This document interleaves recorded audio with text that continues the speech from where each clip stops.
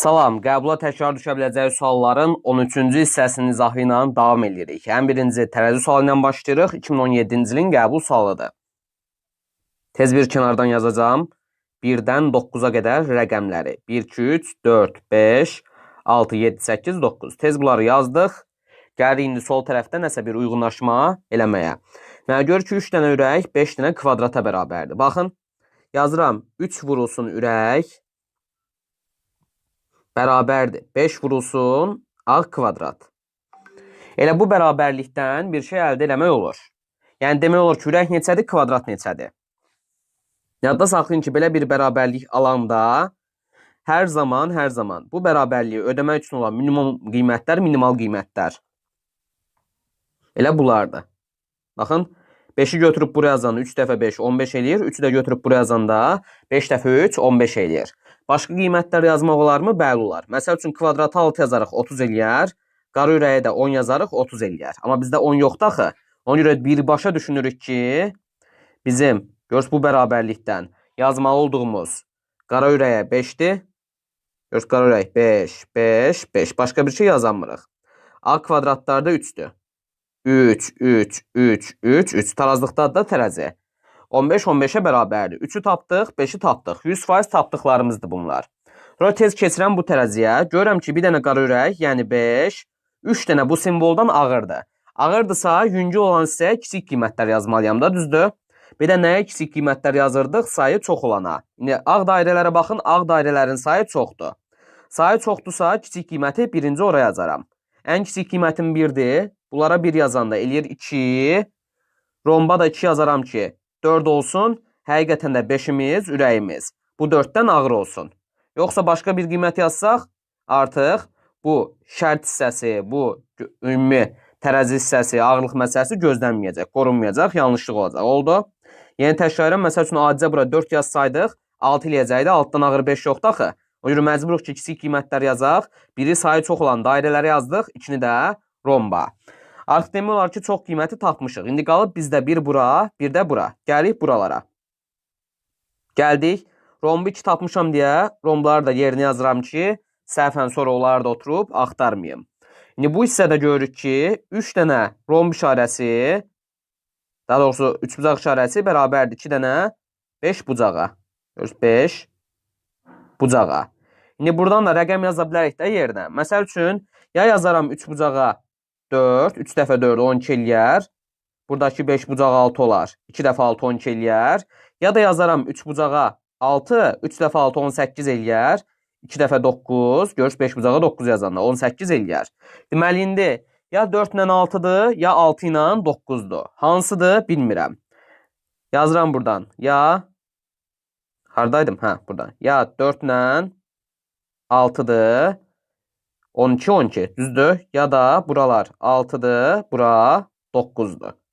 İndi yoxlayaq görək, 4 ilə 6 olur, yoxsa yox.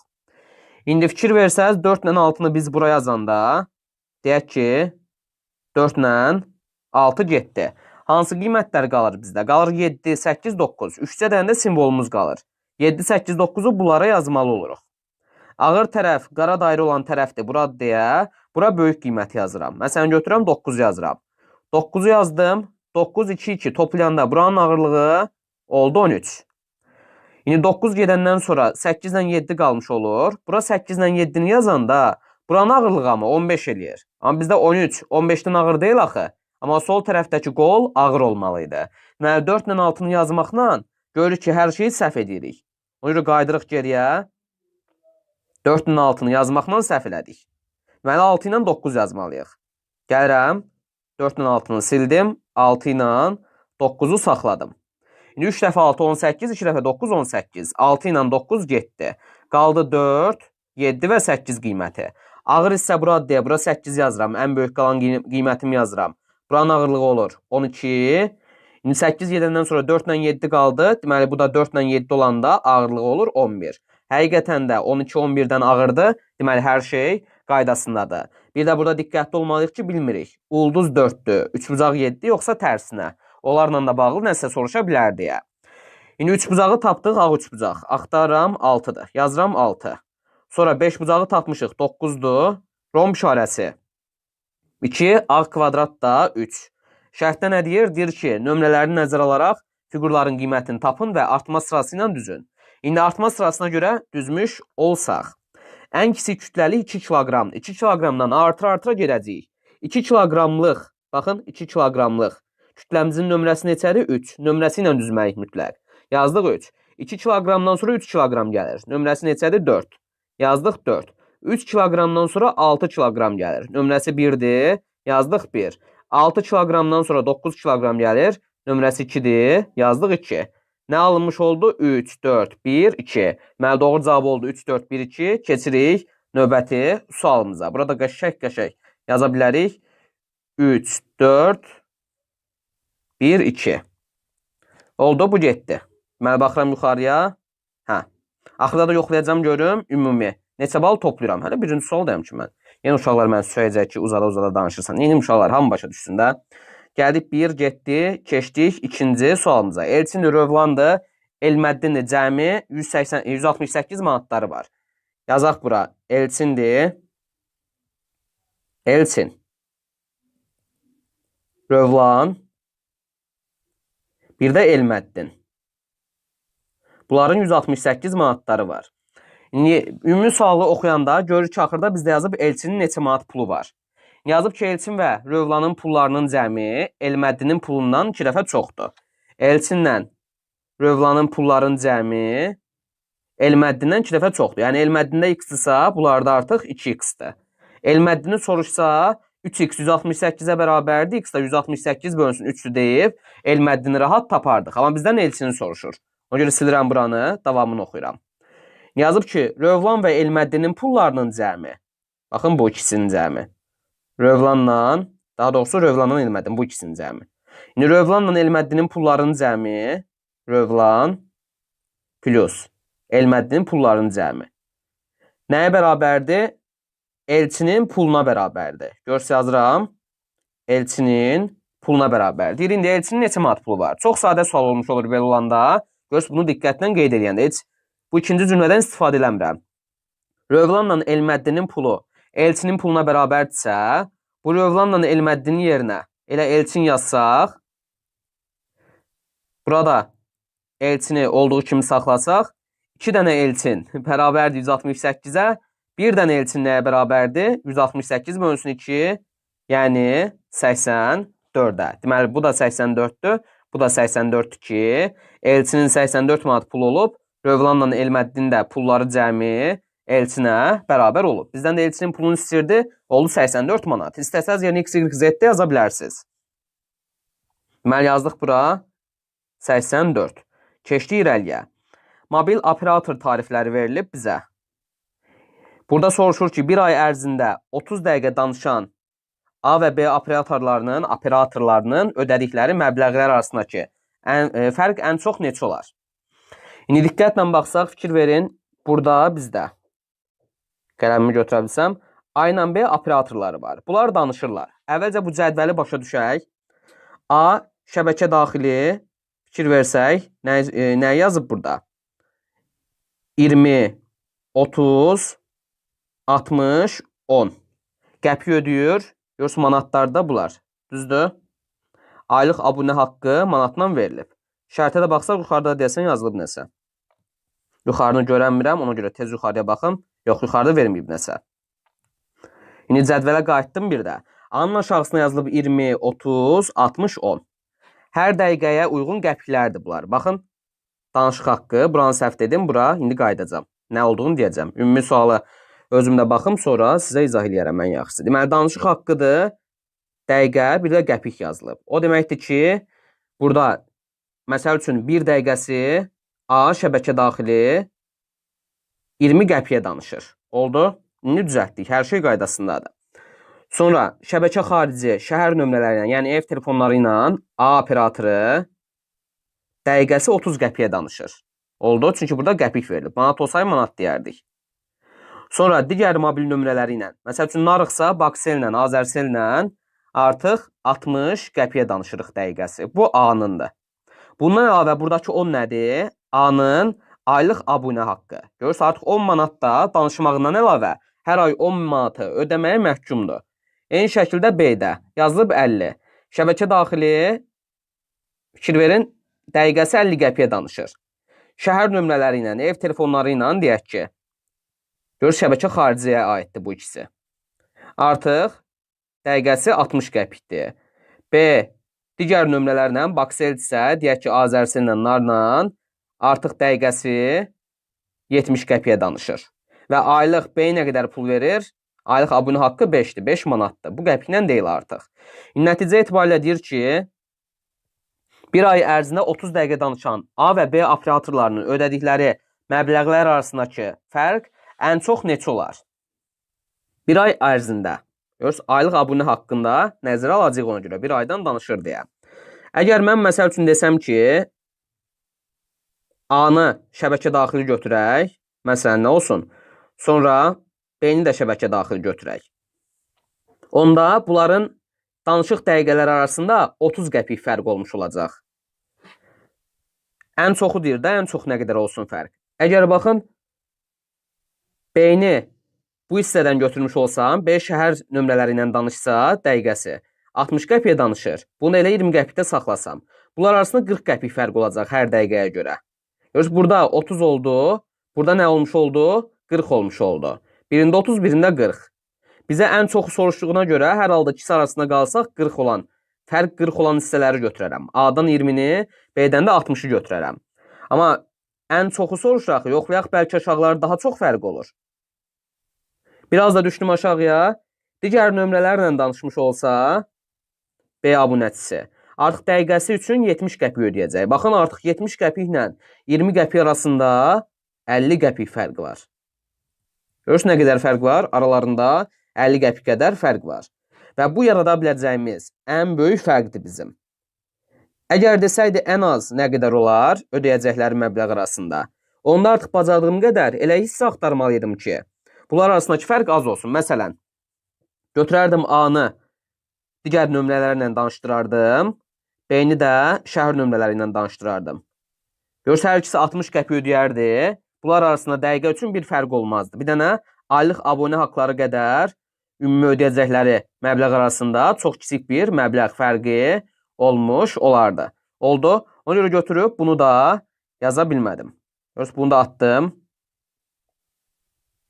İndi bizdən ən çox istəyir, qayıdıram əvvələ, artıq çox uzatmayım.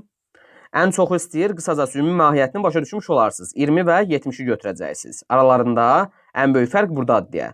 Şəbəkə daxili A-dan, şəbəkə xaricidə, daha doğrusu digər nömrələrlə də, şəbəkə xarici təbii ki, digər nömrələrdən də B-dən.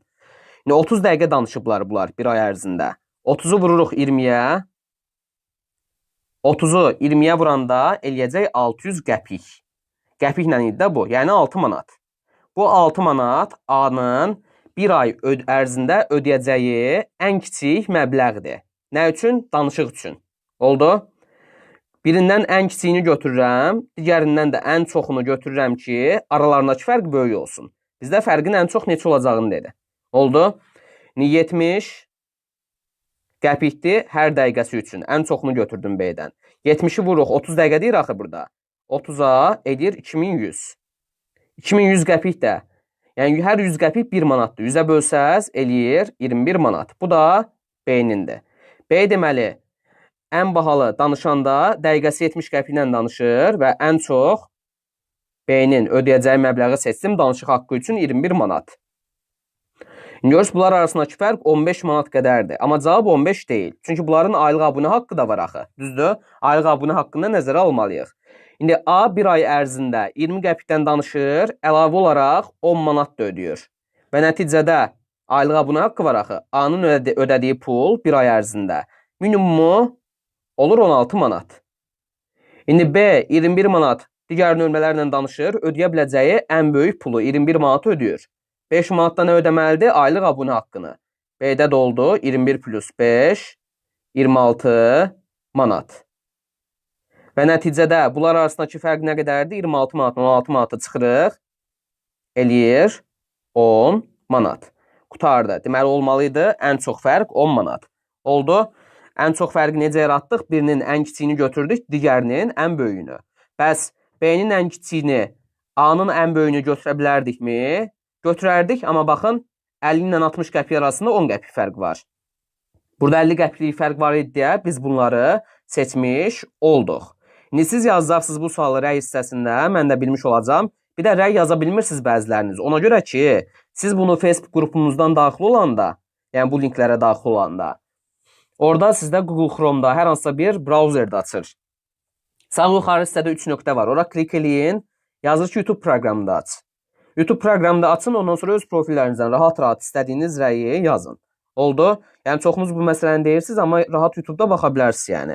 WhatsApp-dan göndərəndə birbaşa proqramda açılır. Amma Facebook-dan yönləndiriləndə orada açmır deyə problem yaşayırsınız. Deməli siz yazacaqsınız ki, aynen belə operatorların ödədikləri məbləğlər arasındakı fərq ən az neçə olar? Bir də cədvələ diqqətlə baxın. Mən biraz sürətli danışdım burada. Hər arada bir zəng də gəldi, bir yerdə dayandım, bilmirəm sizlədirsə ya yox. Ona görə, yəni diqqətlə baxsaz məncə bir probleminiz olmayacaq. Həm də şikayətlənirsiniz sonra dəqiqə uzundur filan deyə. Mən də artıq qorxuram. Keçirəm indi o bir suala ağlayacağım. İndi keçdim növbəti suala. Deməli bu sualı bildik 10. Burada tez yazaq 10. 10. Görürsünüz bu qaydanı yazdım, keçdim.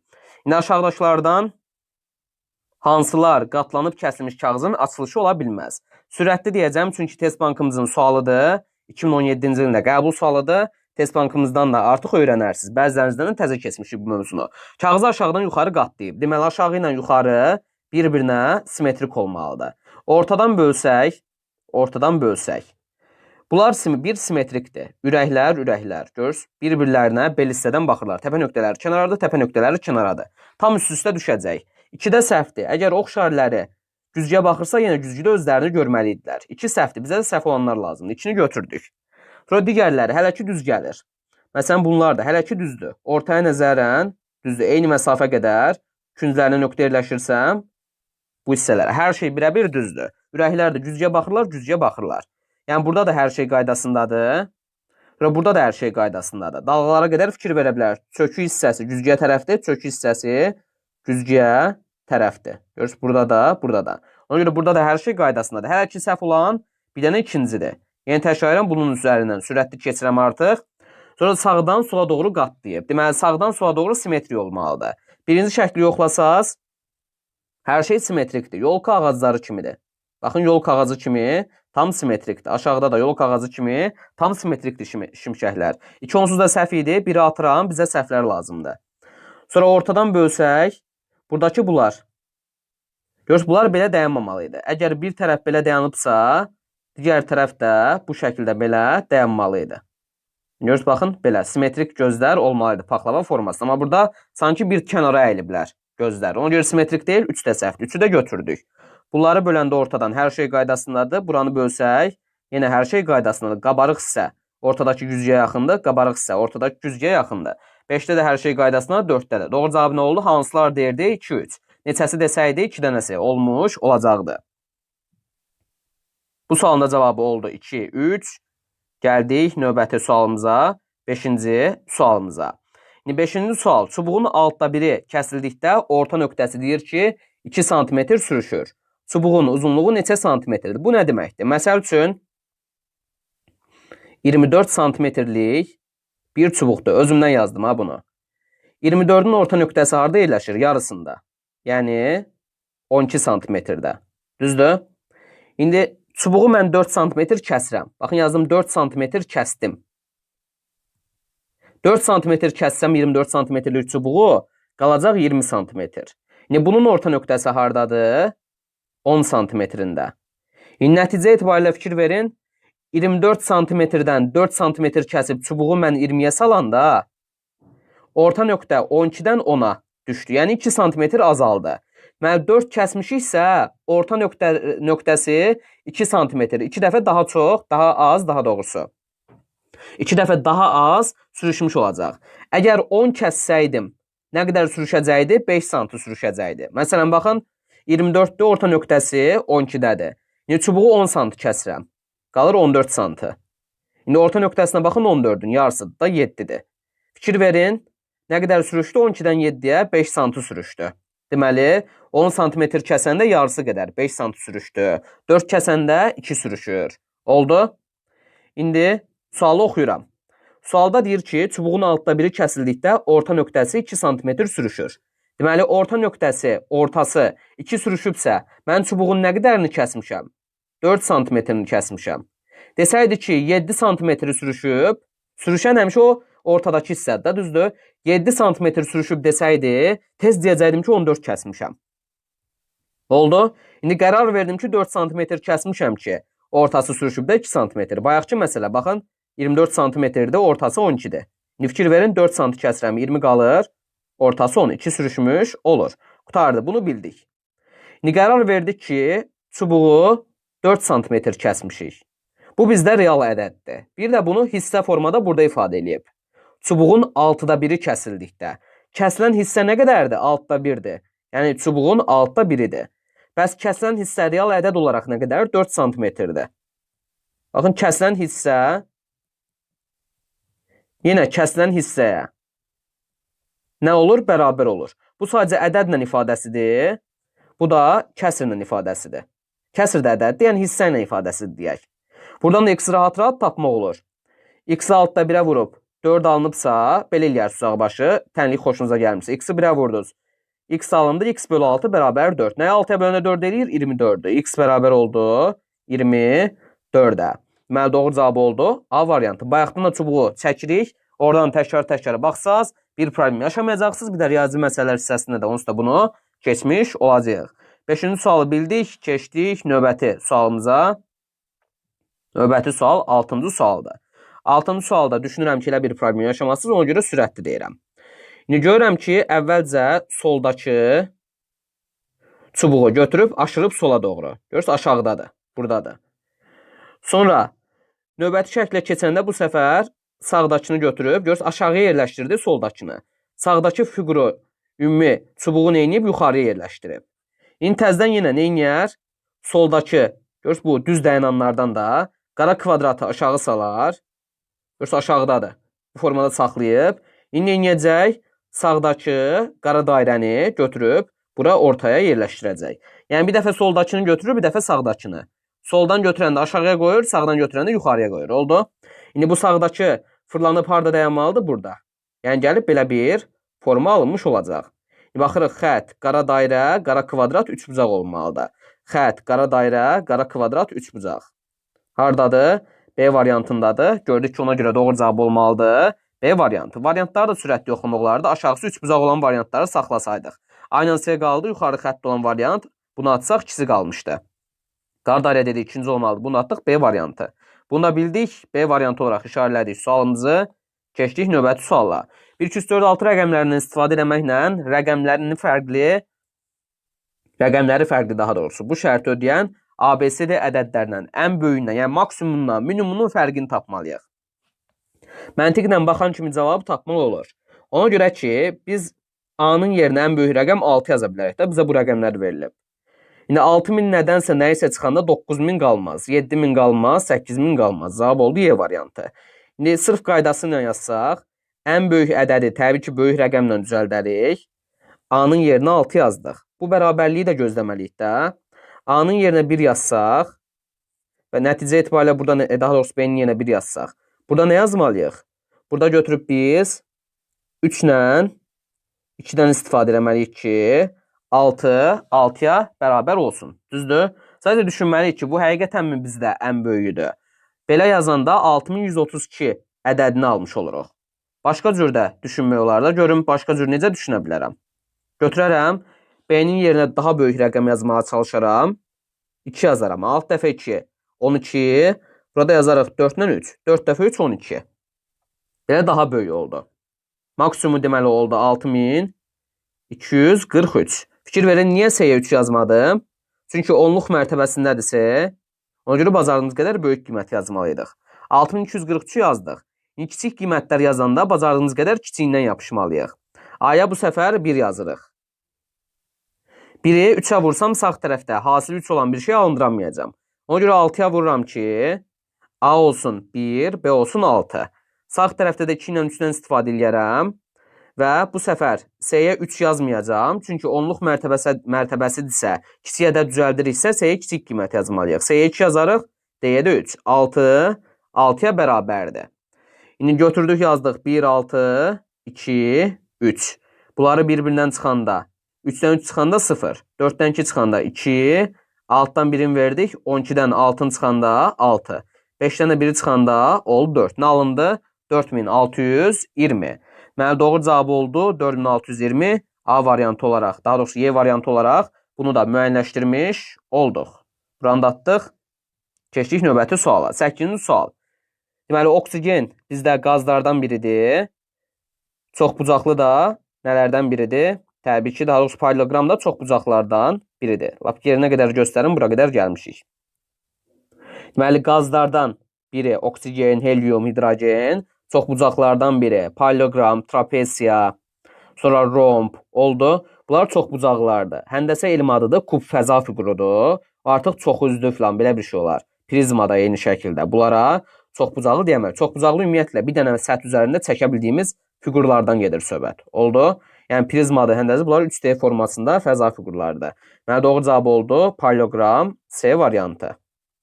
Sonra 9-cu sual. Cədvələ əsasən müəyyənləşdirməliyik ki, görək hərflərimiz nələrdir? İpucu hissəsini axtarıram tez sürətli bir şəkildə. Görüm ipucu olaraq buralardan nəyi tapa bilərəm? Bu hissədə nəsə bir ortaq hərf falan axtarmalıyıq ki, oradan gəlib bir cavaba çıxa bilək. Yoxsa təbii qalacaq.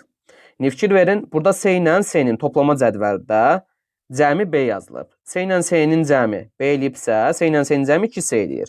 2S bərabərdir B-yə. Amma burada S ilə S-nin hasili B yazılıb. Yəni S-ni S-yə vuranda S kvadratı bərabərdir 1. B. Düzdür? S kvadratı bərabərdir B. İndi bu B-nin yerinə S kvadratını yaza bilərəm də. Alınır 2S bərabərdir S kvadratı.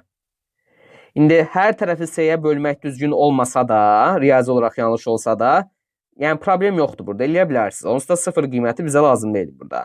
Və yaxud da düşünməz ki, S-nin yerinə nə yaza bilərik ki, kvadratı da 2-yə vuranda da, yəni eyni bir şey alınsın, bir-birinə bərabər olsun.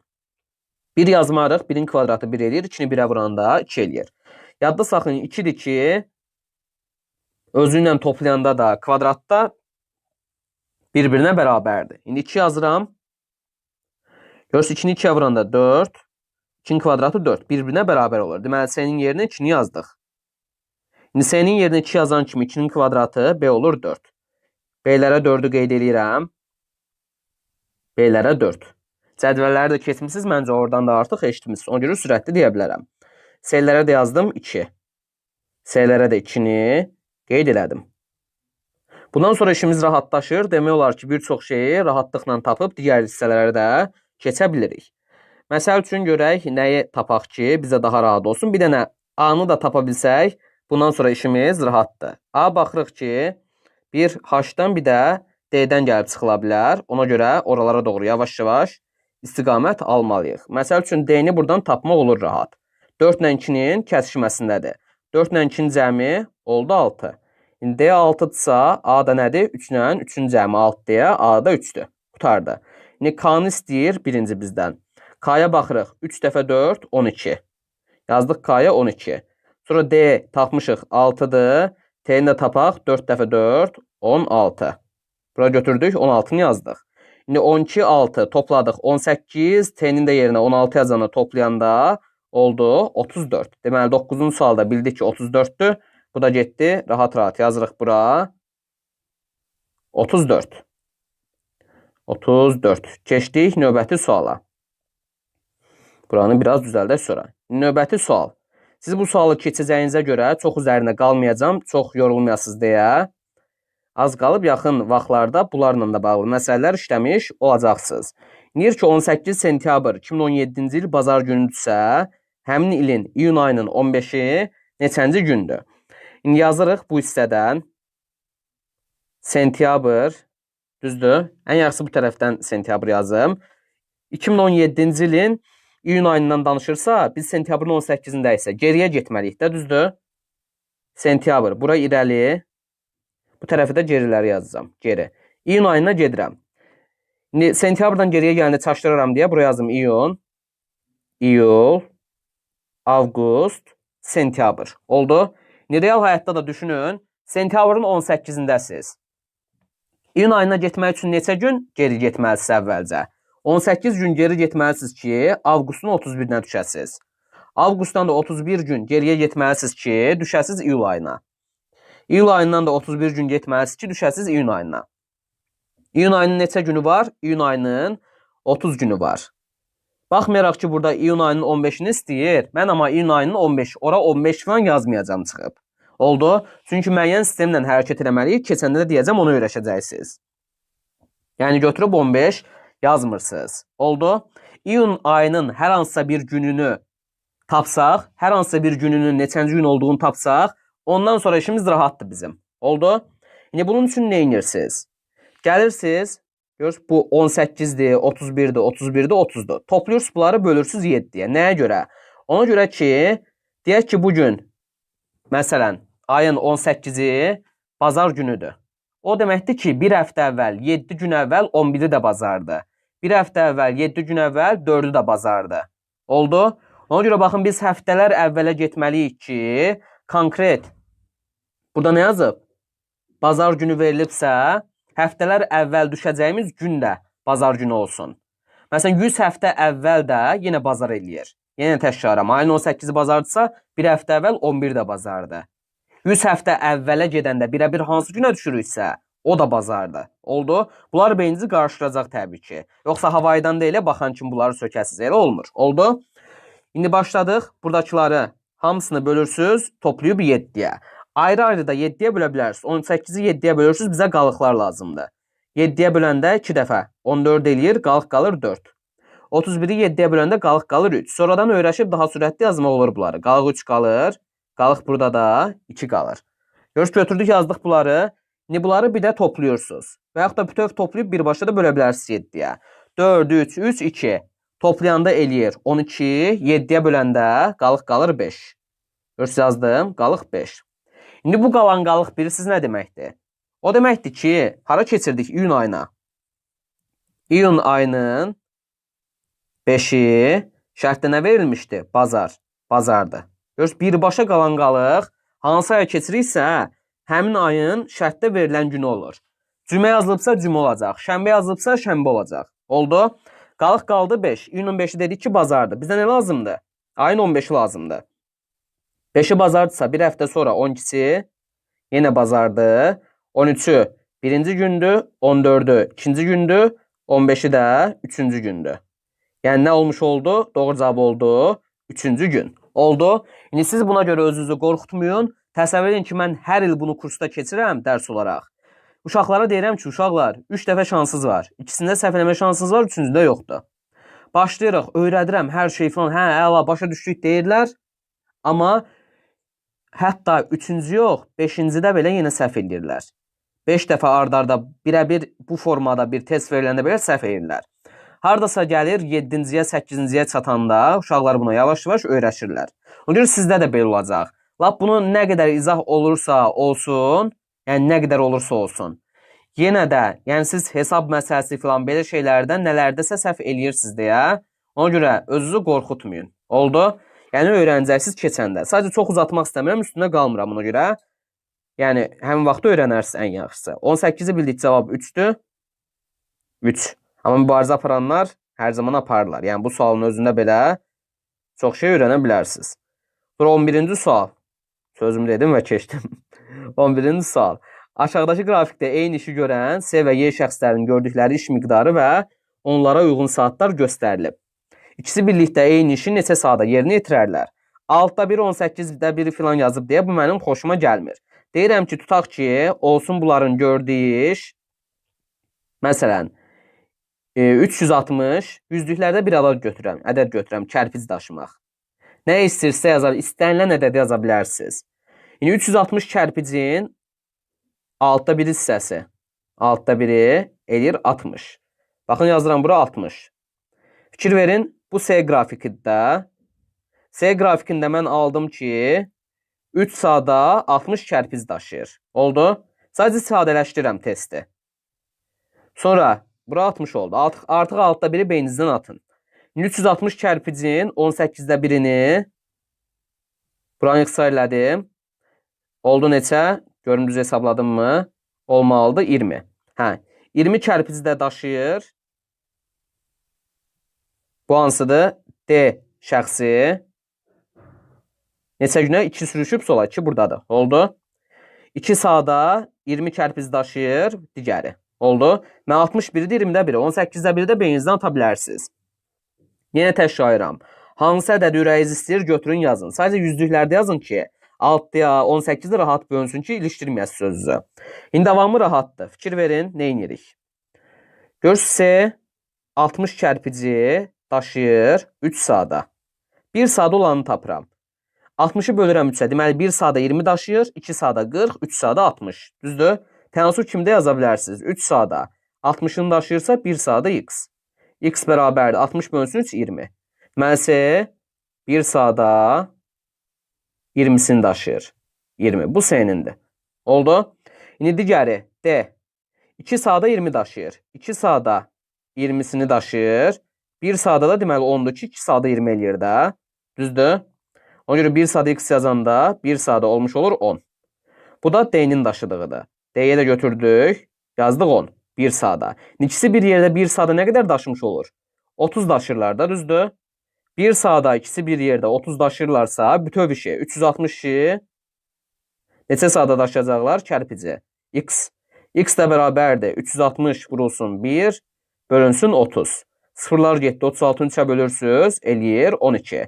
Mən ikisi bir yerdə 12 saata bütöv işi yerinə yetirib, görüb, bitirərlər. Qutardı, getdi. Yenə bu da sizə böyük bir ədəd filan yazdıq. Ay vay nəydi bu kimi gəlməsin. Əslində biz işi rahatlaşdırmış oluruq. Siz kəsrlə bağlı hesablamalarda belə nə qədər hesab səhv edirsiniz. Amma belə şeyləri özünüzə vərdiş elətdirə bilsəz, çox qəşəng istənilən testin öhdəsindən gələrsiniz. Deməli bildik ki, olmalıydı burada doğru cavab 12.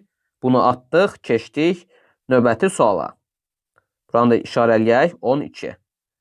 Sonra gəldik növbəti sual. Yenə kəsiklərlə bağlı deyir ki, qatlanıb kəsilmiş kağızın açılışı ola bilməz. İndi burada aşağıdan yuxarıya qatlayıb kağızı, sonra sağdan da yuxarıya qatladı. Sağdan da daha doğrusu sola qatlayıb. Nə etməliyik? Biz gəlib tapmayaq görək hansılar doğru açılış ola bilməz kəsiklər olunandan sonra. Sürətləyəcəm çünki yenə də test bankımızın sualıdır. Əvvəlcə buna görə bir-bir variantları yoxlasaq. Ortadan bölürəm hamısını. Ortadan böləndə. Yəni, baxan kimi deyirəm ki, ən birincisi, buranın nədirsə bölünmədik. Baxan kimi deyirik ki, birinci səhvdir. Ona görə ki, fikir verin. Əgər biz bu ürəyi aşağıdan yuxarıya doğru kağızı qatlasaq, digər ürəklə üst-üstə sala bilməyəcəyik. Bu, biraz kənara daha yaxın. Amma burada məsafə daha çoxdur. Oldu. Buna qədər hər şeyə əslinə fikir verməliyik. Oldu. Ona görə birinci deyirik ki, səhvdir, üstə düşməyəcək. Bizə də səhvlər lazımdır. Biri buradan götürdük. Ondan sonra gəldik ikinci şəklə. İkinci şəkildə yuxarıdan aşağı hər şey hələ ki qaydasındadır. Hələ ki buna keçmirəm. Oldu. Yuxarıdan aşağıya çevirsəz hər şey üstə düşəcək. Sonra üçüncü şəkildə bura ilə bura bir-birinə paralel deyə səhvdir. Çünki üst-üstə düşmür bunlar. Əgər güzgə tərəf bura çökükdürsə, yenə çökük belə olmalıydı. Oldu. Yəni yuxarı isə güzgüdən kənar isə qabarıqdırsa, yenə güzgüdən kənar qabarıq olmalıydı. Amma burada elə deyil axı. Ona görə üçüncü səhvdir. Bunu da indidən götürdüm. Sonra dördüncü sualda ulduzlara baxın. Ulduzun təpə nöqtəsi kənara baxır. Yenə ulduzun təpə nöqtəsi kənara baxmalıydı. Amma burada güzgüyə tərəf baxıb. Ona görə 4 səhvdir. Hətta şimşəyə görə diqqətlə baxsaq, şimşəklərə görə də səhvliyi var 4-ün. Qalır 1, 5, bir də 6-cı hissə yoxlamadığım yuxarıdan aşağı məsələsinə görə. 5-də hər şey qaydasındadır. 6-ya baxın. 6-nın özündə də hər şey, baxın, bu hissədə problem yaşayır. Yəni qaydasına deyəcəkdim, az qalsın. Paraleli eynisi verilib, düzdür? Amma eynisi ola bilməz. Mütləq nə olmalıdır? Yuxarı ilə aşağı bir-birinə simmetrik olmalıdır. Amma burada eynisi verilib. Əgər çökük tərəf güzgə tərəfdirsə, yenə çökük tərəf olmalıydı. Burada baxın, qabarıq başlayıb. Yəni çökük tərəf güzgü olmalıydı. Eyni şəkil verilə bilməz güzgüyə əsasən. Deməli 6-cı da səhvdir. 6-cını da götürdük. Qalır indi bir dənə sağdan sola doğru qatlanmasını yoxlamaq. İkinci şəkli ortadan bölmüş olsaq biz, ortadan böləndə görəcəksiniz ki, buradakı bu ağ kvadrat güzgüyə yaxındır. Yenə ağ kvadrat olmalıydı güzgüyə yaxın. Ona görə ikinci səhvdir, oldu. Beşincidə artıq hər şey qaydasındadır, sağdan sola simmetrikdir. Bir dənə düz olan 5-ci idi. Bizdən səhvləri soruşur, ona görə nə yazırıq? Yazırıq 1, 2, 3, bir də 6. 4 də qaldı, 4-ü yedim. 4, bir də 6. Hansılar dediyinə görə bu şəkildə yazdıq. Neçəsi desəydi, artıq onu götürüb nə eləmiş olacaqdıq? Saylarını yazmış olacaqdıq. Deməli, 1, 2, 3, 4, 6-dır səhvlik. Bir dənə burada sürüşmə məsələsi var deyə onu da nəzərə aldıq. Oldu. İndi bilmirəm sizdə necə görsənir. Məndə belə görsənir deyə bunu nəzərə aldım. Görsənməsi uzaqbaşı nəzərə almayacaqsınız. Əsl da doğru bir şəkildə öyrənmiş olun. 13-cü sual. 13-cü sualda görürük ki, 891 üçbucaq 886-nı hesablamalıyıq. Bunu deyək ki, hesabladıq. Görün nə qədər şey var burada. Bəziləriniz bunu düstur kimi açırsınız. Lazım deyil. Bunu götürüb düstur formasına salmayın. Çünki sizə müxtəsər Ruma düsturu imtahanda lazım olmayacaq. Əsas odur bilməlisiniz ki, biz 891 və 886-nı hesablasaq, nə alınır alınsın bu üçbucaq yerində? Məsələn, laf özümdən atıram, alınsın 999. Bilirəm 125 elədin. 125 tapanlarınız var. 999 yazdım. İndi baxın, 891 və 886-dan 999 alınmış olsa belə, nə alınmış olsa belə, biz axırı əvvəl nə edəcəyik? Kvadrata görə solundakı 999-u soluna yazacağıq, sağındakı 1-i sağına yazacağıq. A nə olursa olsun, B1-dir deyə nə alınacaq?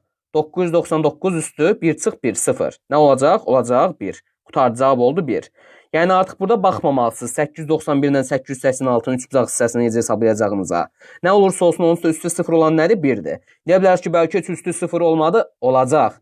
Yəni bu sualın mahiyyəti odur. Yoxsa siz riyaziyyat imtahanı deyilsiniz sırf. Oldu. O yüzden gedib kubların açılışını falan hesablamağınıza, öyrənmənizə ehtiyac yoxdur. Yoxsa bu A çıxılsın B-nin kubudur. Oldu. Ehtiyac yoxdur. Deməli doğru cavab oldu 1. Keçdik növbəti suala. Bir də bu qəbul sualı deyil. Mən hazırlamışdım 3 il əvvəl. 3 ya 4 il. Sonra keçdik. Bu qəbul sualı dəfələrlə düşüb imtahana. 586-dan 505-ə ayırsaq 81 çıxıb. 478-ə 27 çıxıb. Gör 81 3-ə bölünür 27 eləyir. 479-dan 469-a 9 çıxıb. Neynədir? 3-ə böldü 7. 3-ə böldü 27. 3-ə böldü 9. 3-ə böldü. İndi 3 çıxacaq. 469-dan 3 çıxanda oldu 466. Görürsünüz 500'lü ədədlərə fikir verib fikirləşdim ki, bunları bir qruplaşdırmaq olar. Deməli 466 olan variant hardadır? Bir dənə C variantında. Davamında 64 çıxdı 621. 64 çıxdı 557. 64 çıxdı 493. 64 çıxanda olur 429. Yəni olmalıdır C variantı. Qaldı bir məntiq sualımız 15-ci sual. İndi 15-ci sualda görürük ki, bir sual əvəzinə hansı ədəd yazılmalıdır? M ilə L-in cəmi eləyir 13. Yazıram M plus L bərabərdir 13. Nəyə görə? Çünki 3 olmuş olsa, burada da L ilə M-in cəmi 3 olardı. Niyə 4 yazılırdı ki? Düşünürəm ki 13'dür ki, 3 yazıb 1 yadda, L ilə M-in cəmi 13, bir də yadda 14. 4 yazıb 1 yadda. K ilə K-nın cəmi, bunlar 9, 9 eləməli ki 18, bir də yadda 19 olsun. Düzdür? İndi K 9'dur 100%, bunu bildik. L də düşünürəm ki, bizə maksimum K il cəmini istəyir də. Yaza bilərəm tutaq ki, 1 və 12. Yaza bilərəm yox. Çünki 12 ədəddir. Rəqəmlər yazmalıyam bura. Bəs yazanda nə etməliyəm? Elə böyük qiymət yazmalıyam maksimum. Elə 10 yaza bilmərik, 12 rəqəmli ədəddir. Maksimum qiymət istəyirəmsə 9 yaza bilərəm. 9 ilə 4 yazardım. Amma K-ya 9 yazmışam. Ona görə nə etməliyəm? Elə 8 yazmalıyam. 8 yazaram, M dolar 5. Oldu. Qutardı. L də 8'dir. 8 ilə 9'un cəmi ala biləcəyi maksimum qiyməti tapmış olduq. Doğru cavab oldu 17. Bunu da bildik, keçdik informatika suallarımıza. Alqoritmdə Flower mətni neçə dəfə çap ediləcəkdir deyə bizdən soruşur. Başlayırıq hesablamağa. I 0'dır. Yazdıq. 0 10'dan kiçikdir. Yəni kiçik bərabər şərti ödənir. Bəli, hə deyirik. Gəldik, keçdik bir dəfə buradan. Və Flower sözü bir dəfə çap olundu. Niyə bilər ki, bəs bu çap bloku deyil, verilənlərin daxil edilməsi və xaric edilməsi blokudur. Xaric etmə bloku çapı əvəzləyə bilən yeganə blokdur. Oldu. Düşük aşağıya. I 0 idi. 0 ilə 2'ni topladıq. I-nin qiyməti oldu 2. Hal-hazırda burayla fırlanırıq belə. Gəldik, bu səfər 2'ni yoxlayırıq. 2 kiçikdir ondan, hə. Gəldik. İkinci dəfə çap olundu Flower. Artıq ikinci çap var. Oldu. İndi i-nin qiyməti bizdə 2 idi deyə sonuncu. 2 ilə 2-nin cəmi oldu 4. i oldu artıq 4. Geriyə qayıtdıq bu hissəyə. 4 ondan kiçikdir. Bəli. Gəldik. Hər hissəsi ilə 3-cü dəfə çap olundu. Və i-nin son qiyməti 4 idi. Üstünə 2 gəldik. i oldu 6. Fırlandıq. Gəldik bu tərəfə. 6 ondan kiçikdir. Hə. Hə ilə gəldik. 4-cü dəfə çap olundu. i-nin yerinə yazırıq. Sonuncu qiymətini 6-nın üstünə 2 gələndə oldu 8. Geriyə qayıtdıq. 8 ondan kiçikdir. Deyirik hə. Flower hissəsindən keçirik. 5-ci dəfə çap olundu. i-nin yerinə 8 yazdıq. Üstünə 2 gəldik. i oldu 10. Geriyə qayıtdıq. İndi dövr daxı bu, düzdür? Yazırıq bura axır ki, i-nin yerinə 10. 10 ondan kiçik olmasa da bərabərdirmi? Bərabər işarəsi də var da burada. Deyirik hə. Hə ilə gəldik. Flower'dan keçəndə 6-cı dəfə çap olundu. Və i-nin yerinə 10, sonuncu qiymətini yazanda oldu 12. Fırlandıq. Yazırıq 12. Kiçikdir 10-dan. Yox. Bərabərdir 10-a. Yox. Yoxla gəldik. İşimiz bitdi. Flower neçə dəfə çap olundu? 6 dəfə. Doğru cavab oldu. Bizdə B variantı. Bunu da bildik. Keçə bilərik axır ki, növbəti sualımıza. Bir dənə zəng gəlir. Ona görə saxlayayım, sonra davam edək. Deməli, 47-ci suala, daha doğrusu 17-ci suala keçirik. İndi verilmiş funksiya yerinə yetirildikdən sonra nəticə neçə olacaq deyə soruşur. Nə yazılıb? Sum A1, B2 aralığı. A1 xanası buradır, B2 xanası da buradır. Nöqtə vergül olsaydı, sadəcə neyəcəkdim? Bu ikisini götürəcəyim. 2 nöqtə var deyə diapazondur. Bunları nə əmələ gətirdik? Düzbucaqlıya baxmalıyıq. 10 plus 2 plus 20 plus 3. Toplayanı neçə eləmiş olur? 35. Deməli, doğru cavab oldu 35. Bu sualda bilmiş olduq. 35 olaraq işarələyirik bura və keçirik növbəti suala. Növbəti sual. Doğru deyir hökmləri seçin. İndi burada bir dənə diqqətli olaq. Yazıb ki, diaqram əsasında qurulduğu verilənlərlə eyni iş vərəqində yerləşə bilər. Bu nə deməkdir? Bilirik ki, Excel proqramında aşağıda vərəqlər var, çoxlu. Düzdür? Bunu əvvəlcə qələm götürüm. Qısa olaraq təsvir edeyim. Çoxlu vərəqlər var. Bu bizim bir dənə vərəqimizdir. Bizim cari vərəqimiz. Deyək ki, birinci vərəqdəyik. Aşağıda yazılır 1, sheet 1. Düzdür? İndi burada xanalarda, məsəl üçün xanadır. Qiymətlər yazılıb. 4, 5, 8. Mən istəsəm bu 4, 5, 8-i seçib, diapazonu seçib, buna uyğun diaqram quraram. Birinci vərəqimdə. Dairəvi bir dənə diaqram qurar. Deyək ki, bu formada bir şey. Görürsünüz, bu formada bir şey. 8, 4, 5. Görürsünüz, belə bir diaqram qurar. İndi fikir verirsə, bu anda birinci vərəqimdə olan ədədlərə uyğun, elə birinci vərəqimdə diaqram qururamsa, mən buna deyirəm ki, diaqram öz əsasında qurulduğu ədədlərlə, verilənlərlə, informasiya ilə eyni iş vərəqindədir.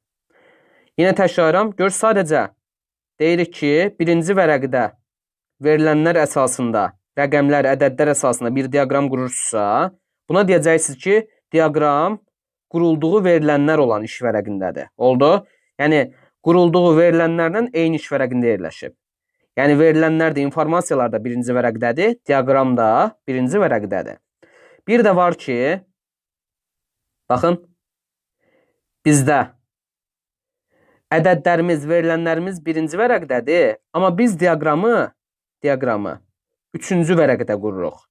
Üçüncü vərəqə keçəndə, artıq deyək ki, buradan üçüncü vərəqi çəkirəm. Məlum məsələdir ki, 4, 5, 8 görsənmir. Çünki birinci vərəqə yazmışam da mən bu ədədləri. 4, 5, 8 görsənməsə belə üçüncü vərəqdə. Mən yenə eyni diaqramı, həmin o diaqramı qura bilirəm. Sadəcə olaraq harada qururam? Üçüncü vərəqdə ora istinad eləyib, onları nida işarəsi ilə ünvanlayıb, müraciət eləyib, burada yenə diaqramını qura bilirəm. Yenə 4, 5, 8 diaqramını deyək ki, burada qururuq. 4, 5, 8. İndi burada da deyirik ki, diaqram əsasında qurulduğu verilənlərlə, yəni hər hansısa bir verilənlərə uyğun diaqram qurmuşuqsa, onu başqa vərəqdə də qura bilərik. Yəni, diaqram əsasında qurulduğu verilənlərlə eyni iş vərəqində yerləşməyə də bilər. Görürsünüz, ədədlərimiz, verilənlərimiz birinci vərəqdədir, amma diaqramımız üçüncü vərəqdədir. Deməli, birinci vərəqə uyğunda qura bilərik, üçüncü vərəqə uyğunda, beşinci vərəqə uyğunda. Ona görə 1 də düzdür, 4 də düzdür. Oldu. Yəni bunu qarşıdakı sınaqlardan hər hansısa birində elə proqramın özündə də göstərirəm, daha yaxşı yadınızda qalar. Burada iş vərəqi deyir 256 sütundan ibarətdir. Xeyr, 16384 sütundan ibarətdir. 1.048.576 da sətirdən ibarətdir. 214, 220, 234 sayda da nə var? Xana var. Bir-birinə vurduq. Üstlər toplandı. İş kitabı deyir ki, 255 iş vərəqindən çox ola bilər. Bəli, iş kitabı 255 iş vərəqindən çox ola bilər. Əvvəllər 255 idi, hal-hazırda say limiti yoxdur. Artıra-artıra rahat-rahat gedə bilərik. Ona görə nə olmuş oldu? Olmuş oldu. Burada da 1, 3, 4. İş vərəqi, iş kitabı daha doğrusu 255 iş vərəqindən şitləri, yəni nə qədər istəyirsinizsə artıra bilərsiniz. Ona görə olmalı idi 1, 3, 4. Buranı da sildim. Yazıram bu hissəyə 1, 3, 4. Bu da getdi. Sonra növbəti gəldik. Kompüterin deyir, əsas xarakteristikalarına aid deyil. Yəni, kompüterin yazıb tutduğu sahə. Hər halda tutduğu sahənin nə əlaqəsi var ki, düzdür, xarakteristikası ilə? Böyüklüyünün, kiçikliyinin bir önəmi yoxdur. Bir səhvdir, düzdür? Aid deyildir, ona görə aid olmayanları götürürəm. Biri düz olaraq götürürəm. Çünki aid deyilləri soruşur. Oldu. Sonra yazıb kompüterin yaddaş tutumu. Kompüterin yaddaş tutumu bizim üçün önəmlidir. Əsas xarakteristikalarına aid. SSD-si nə qədərdir, hard diski nə qədərdir. Aid deyə bunu seçmədim. Əmrlər toplusu, əmrlər sistemi danışmışıq da kompüter texnik təminatında. Bu da aiddir, bunu da atdım. İstehsal etdiyi deyir kampaniya. İstehsal etdiyi kampaniya ilə mənim heç bir, yəni belə deyim, marağım filan yoxdur buna, düzdür? Yəni nə mənası var ki, hər hansısa bir firmanın istehsalına baxaq bunun. Təbii ki, yəni firmalar görə Asus filan bunları fərqləndirir bir-birinə, amma bu xarakteristikası deyil kompüterin. Oldu? Onun işçi gərginliyi, yaddaşının tutumu, hesablama dəqiqliyi, prosesorun gücü, video kartın gücü, belə şeylərdən danışsaq yeni nə isə. Oldu? Deməli, istehsal etdiyi kampaniya, edən kampaniya bu mənasızdır, xarakteristikası deyil. Yəni fərqli kompüterlərə görə, yəni fərqli qiymət çərçivəsində yaxşı da olur, pis də olur qısacası. Yazıb xarici qurğuların sayı. Xarici qurğuların sayı xarici qurğulardır. Yəni bu da yenə aidiyyatı yoxdur. Yəni əsas kompüterin xarakteristikası ilə bir əlaqəsi yoxdur. Xaricdə nə qədər qurğu qoşarıq o, yəni sizin istifadəçinin özünə asılı olan bir şeydir. Kompüterin xarakteristikası ilə əlaqəli bir şey deyil. Hesablama dəqiqliyi aiddir kompüterin əsas xarakteristikasına, xüsusiyyətinə, yaxşı olub olmamağına. Sonra təsvirin keyfiyyətləri aid deyil. Bu monitorun xüsusiyyətidir. Oldu. 1, 4, 5, 7. Doğru cavabı nə olmalıydı? D variantı. Məncə burada bir problem yoxdur. Ona görə sürətli bir şəkildə keçməyə çalışdım. Sonra oldu burada D variantı. İşarələdik. Gəldik. Növbəti sual. Raster təsvirli kompüterin yaddaşında nöqtə-nöqtə şəklində təsvir olunur. Yadda saxlayın ki, raster təsvirlərdə biz nələrdən istifadə edirik? Nöqtələrdən. Keyfiyyətli nöqtələrə nə deyirik? Piksellər. Və hər hansısa bir şəkli hesablayanda nələrdən istifadə edirik? Deyirik ki, məsələn, 1024 vurulsun, 512 nöqtədən, pikseldən ibarət şəkil, deyək 128 rəng çoxluğuna, rəng palitrasına, rəng ardıcıllığına malikdir. Görürsün, nə lazımdır bizə? Bir piksel, bir də rəng ardıcılığı, rəng çoxluğu. Ona görə raster təsviri kompüterin yaddaşında görürsün, bu şəklə, bunların köməyi ilə ifadə olunur. Rənglərdən və nöqtələrdən. Oldu, rəng ardıcılığı, yəni rənglərin yerləşməsi burada, nöqtələr üzrə. Oldu, bir də həmin o piksellərin özünün yerləşməsi, nöqtələrin özünün çoxluğu. Yəni, bunlardan formalaşır. Xəttlər ardıcılığı olmaz, vektordan bağlıdır. Sonra, riyazi düsturlar fraktala aiddir. Yenə düstur söhbəti var, fraktala aiddir. Parametrlərində əlaqəsi yoxdur. Sadəcə siz indi burada böyük ehtimal ki, primitivlər sözünə ilişəcəksiniz. Primitivdə nədir? Məsəl üçün, bir dənə crop, ən azından görmüş olarsınız. Bu crop özü bir primitivdir. Sonra qırıq-qırıq xətti dairə forması var. Ölçüləri tənzimləmə var. Yəni nə ki alət görürsünüz, rəng seçmə var. Görürsünüz bu formada. Rəng seçmə var. Bunların hamısı oldu. Bunların hamısı. Nə olmuş olacaq bizdə? Alətlər olmuş olacaq. Sonra lupa var. Yəni Photoshopda olan alətləri çəkirəm hal-hazırda. Sonra başqa, yəni çox var. Məsəl üçün vedrə şəkli də var. Oldu. Sonra belə bir qayçı formasında olan. Yəni bunların hamısı primitivlərdirlər. Hər hansısa bir alətlər çoxu primitivlər adlanmış olur. Bununla bildik, deməli nə oldu? Oldu doğru cavab B variantı. Primitivlərlə də bağlı məlumatımız oldu. Sonra keçdik. Bunu B işarələyəndən sonra növbəti suala. ADSL bağlantı vasitəsi ilə verilənlərin ötürülmə sürəti nə qədərdir? 1.024.000 bit saniyədir. Deyir ki, bu bağlantı ilə failin ötürülməsi 5 saniyə davam edib. Oxuya bilmirəm oranı, kiçildim. 5 saniyə davam etdi. Failin kilobaytla ölçüsünü təyin edin. 1 saniyəyə görürsünüz, yazdım bura. 1.024.000 bit ötürülürsə 5 saniyə davam edib. 5 saniyəyə nə qədər ötürürlər? 5 saniyəyə x. Düzdür? X bərabərdir 1.024.000 vurulsun 5. Nə ilə olacaq bu? Bitlə. Nə ilə soruşur? Kilobaytla. Kilobayta çevirmək üçün birinci bitdən bayta keçəndə 8-ə bölürük. Bayta keçdik. Kilobayta keçmək üçün neçəyə bölürük? 1024-ə. Bir də 1024-ə bölürük. Bölünənləri vura bilərsiniz bir-birinə. 1024 ilə bu 1024 ixtisar getsə, qalacaq burada 1000. 1000-i 8 ilə ixtisar eləsək, olacaq 125. 125-i də 5-ə vursaq, olacaq 625 artıq kilobayt. Nə oldu? Doğru cavab oldu. A variantı. Lap başdan da bunu çevirə bilərsiniz. 8-ə bölsəz bayta çevirəcəksiniz, 1024-ə bölsəz davamında bir dəfə də kilobayta çevirəcəksiniz. Bunu çevirmiş olsaz, eləyəcək 125 kilobayt. Yəni 1 saniyəyə 125 kilobayt ötürürsə, 5 saniyəyə də x. 525-ə vurub 625 yenə tapmış olacaqsınız. Oldu A variantı. Növbəti sual. Google axtarış sistemində axtarış aparanda istifadə olunan dəqiqləşdirici link. Birinci dəfə eşidəcəyiniz bir şeydir. Sözü deyir, nəyi ifadə edir? Yadda saxlayın ki, biz Google-da hər gün əslində kör-kürayına aparırıq bir çox şey. Məsəl üçün yazırıq deyək ki, kitab adı, hər hansısa bir kitabın adı gəlir çıxır. Oldu. Əslində Google-un özündə işarələrlə fərqli axtarış forması var. Necə ki, biz Windows əməliyyat sistemində ulduzdan sualdan istifadə edirik. Eyni şəkildə Google-un özündə də fərqli sistemlər var. Bunlardan biri də dəqiqləşdirici link sözüdür. Bu dəqiqləşdirici link sözü nə mənaya gəlir? Deyək ki, siz hər hansısa bir şəxsi axtarırsınız. Məsəl üçün kim olsun? FC, həmişə kim reklamlara keçək. Axtarırsınız. Əgər yazmış olsanız axtarış sistemində FC, yəni nə mənalı, mənasız, nə varsa hər şey gəlib çıxacaq. Amma konkret olaraq dəqiqləşdirici linkdən istifadə eləmiş olsanız, görürsünüz, link sözü var da burada. İstinad. O göy yazı formasında olan şeylərə biz link deyirik, istinad deyirik. Nəticədə FC ilə bağlı olan əsas istinadlı göy mənbələr çıxacaq ortalığa. Həmin o web səhifələr, yəni göy yazıların, linklərin bizi yönləndirəcəyi web səhifələr çıxacaq ortalığa. Oldu. İndi baxaq görək variantlarda buna uyğun nə var? Bu sözlə verilən sorğuda deyir, yeni istinad yaratmaq olar. Yəni biz istinad falan yaratmırıq burada. Dəqiqləşdirici link sadəcə axtarış üçündür.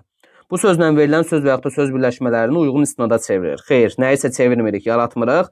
Bu sözlə verilən söz və söz birləşməsinin istənilən birini özünü saxlayan səhifələri axtarır. Yox, istənilən birini yox, sırf.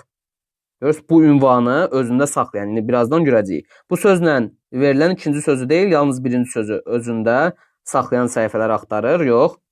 Yəni, fikir versə, yəni, konkret olaraq söz birləşməsi yazmamışam ona görə də. 2 dənə söz də yazmamışam. Bir dənə sadəcə belə bir şey yazmışam. FC. Oldu. Yəni, burada birinci, ikinci söz eləyir. Oradan birbaşa ata bilərsiniz. Baxın, göstərilən ünvana uyğun, göstərilən yazıya uyğun istinadları, linkləri, göy yazıları özündə saxlayan web səhifələri axtarır. Oldu. Yəni, təşkirəm, kitab yazsaz, bu göstərilən bu yazıya, bu ünvana uyğun, keçidləri, linkləri özündə saxlayan web səhifələri bir-bir çıxaracaq. Facebook-dursa Facebook, Twitter-dirsə Twitter. Oldu. Bunu da bildik. Y variantı sırf axtarış sisteminin içərisində deyiləm deyə bu şəkildə bunu da demiş oldum. Deməli, qaldı 24-25-ci suallar. Verilmiş A və B ədədlərinin hasilinin hesablanması hansı alqoritmə aiddir? Dövr yoxdur, şərt yoxdur. Deyək ki, A 3-dür. B-də 8. 3 dəfə 8 neçə edir? 24. Xəttdir. Qutardı, getdi. Oldu A variantı bu sualımızda da. Bunu da biləndən sonra qalır son sualımız. Bir dənə sualımız. Cədvəl deyir nədir? Cavablardan birini seçin. Adı yazıb verilənlər bazasında olan informasiyanın çapını. Bu hesabatdır, reportdur. Bir və ya bir neçə formadan verilənlərin oxunmasını bu forma ilə bağlıdır. Sonra informasiyanın sahə və yazı formasına saxlanması təmin edən obyekt bu düzdür. Cədvəldir. Verilənlər bazasında daxil edilməsi çapı reportda hesabatdır. Forma pəncərəsində deyirsə, bu da forma ilə bağlıdır. Oldu, form stardır. Doğru cavab oldu. Burada da C variantı. Cədvəl nədir? VBIS-də.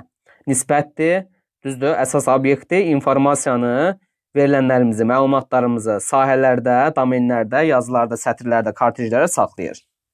Bu sualda bildik. 25-də oldu C variantı və bu sualdan sonra axır ki, bitirmiş olduq ümumi 25 sualımızın izahını. Neyinin? Çalışın, yəni bunlara diqqətlə baxın.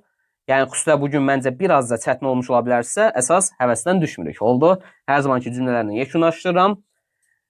Əsas o da həvəsdən düşmüyün, maksimum dərəcədə motivasiya olun. Bir növbət dərsdə görüşərik. Uğurlar, hələlik. Bunlardan söndürdük.